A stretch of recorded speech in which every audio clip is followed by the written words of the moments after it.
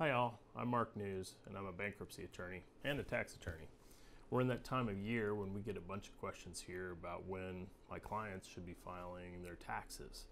A lot of my clients are in bankruptcy or they're thinking about a bankruptcy. When you haven't yet filed your tax return for 2018, you may want to do so during the bankruptcy case. You may also want to do it beforehand. When you want to do it during the case, you have to do it the old-fashioned way by using paper forms, and then you just need to be ready to wait a long time to get any refund that you're owed.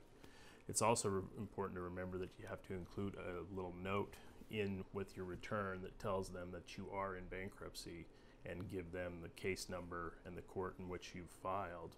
Make sure you speak to your bankruptcy attorney if this is something that you're thinking about doing.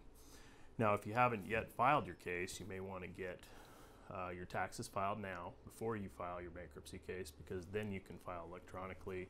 You can get your refund back by direct deposit a lot more quickly. You might not want to wait for your refund to arrive, but you need to speak to your bankruptcy attorney about that as well. You see, you have to protect your refund whether you've received it or not, so it's an asset to you. So if you haven't received it yet, you've got to protect that in the bankruptcy with an exemption.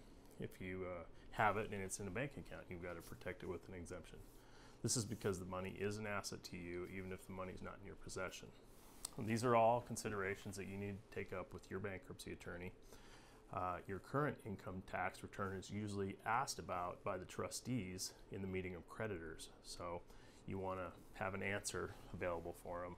And sometimes they will want to see that filing. So if you haven't done it, you've asked for an extension till October, they may want to still see you complete that tax return and provide it to them. So you may not be able to get it out of it by doing that. So just be aware of that. Speak to your bankruptcy attorney about that.